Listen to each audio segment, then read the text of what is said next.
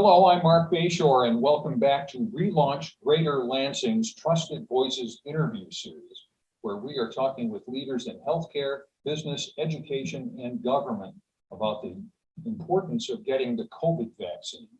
Our guest today, Dr. Farhan Bhatti, CEO and Chief Medical Officer at Carefree Medical, providing care in Lansing to those who otherwise would go without it. Dr. Bhatti, many thanks for joining us to have this important discussion today. Thank you. My pleasure. To begin with, what can you tell us about the safety of the COVID vaccines? Well, what I can say is that these vaccines have been proven to be especially safe. When you look at these vaccines compared to other vaccines that are on the market, the data is really, really compelling.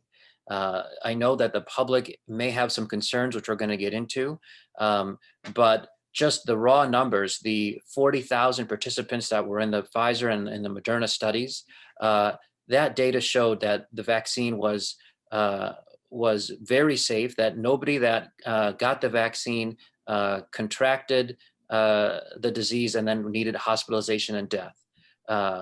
And moreover, that the rare blood clots that were affiliated with the Johnson & Johnson vaccine potentially, that was 20 people out of 8 million. And when you compare that to the disease itself, when you look at COVID-19, for every 1 million people that get COVID-19, that same blood clot in the brain happens about 40 times. So when you compare 40 people out of 1 million compared to 20 people out of 8 million, so that's 16 times higher risk of getting that blood clot in your brain if you contract the disease versus if you get the Johnson & Johnson vaccine.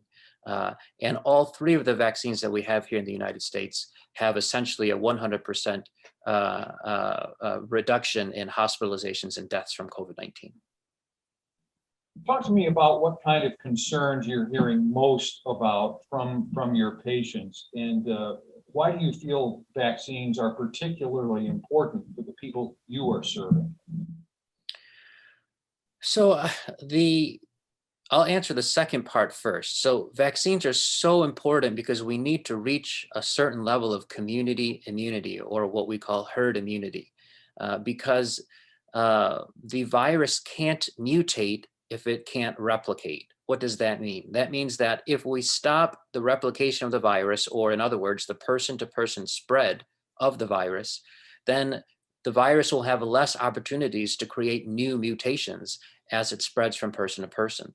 And so we need to stop that viral replication process. And the only way to do that is what we're doing now, which is trying to immunize as many people as possible. And the target is at least 80 to 85% of the public needs to be vaccinated. And then, in the meantime, while we're waiting to get vaccines up to that threshold, that's where, the public health measures come into play with the distancing and the mask wearing and the hygiene, et cetera. For the first part of the question, I think that the two biggest things that I hear from my patients are questions about safety, because they think that maybe it was rushed to the market and they didn't have enough time to quote unquote research this. And then unfortunately, the other concern that I hear from patients is that, well, COVID-19 isn't really that big of a deal.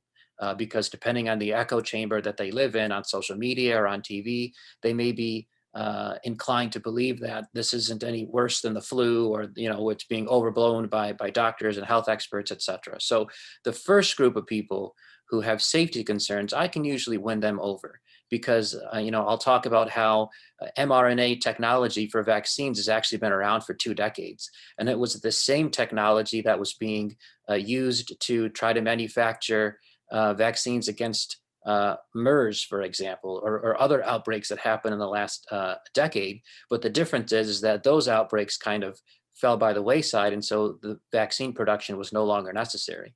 And then in the case of COVID-19, of course, this has only gotten worse and worse. It's the deadliest pandemic of our lifetimes, of multiple generations.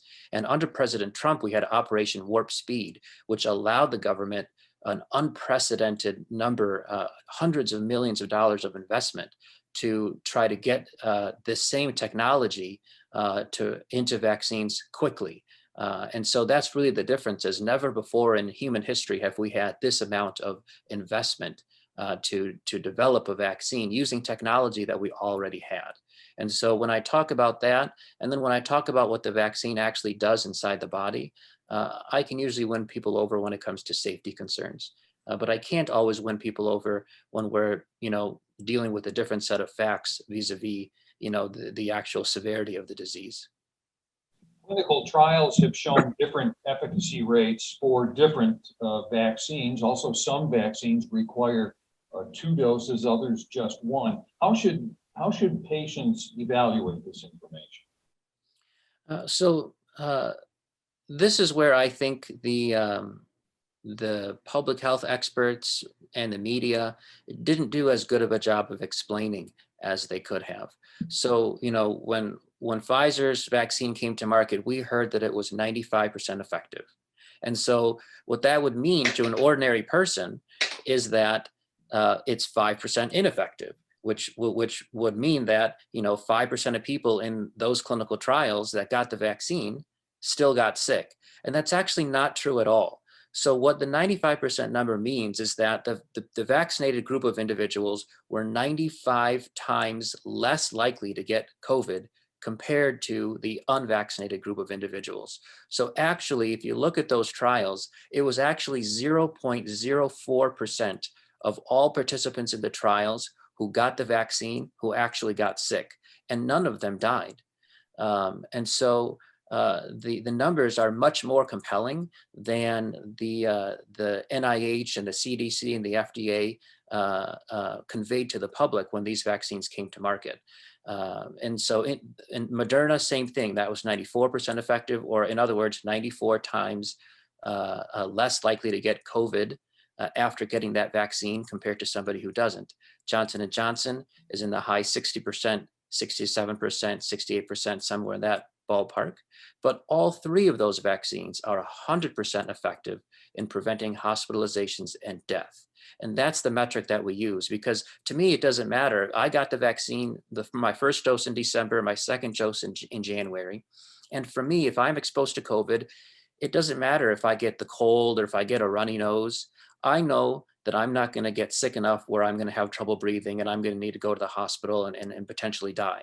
And that's really what we were trying to do, is save as many lives as possible. And if someone ends up with a runny nose, I think we all agree that that's okay. Can you speak to the difference between FDA approved and FDA authorized, and also touch on what this emergency use authorization refers to exactly? And is this different than receiving FDA approval and or FDA authorization?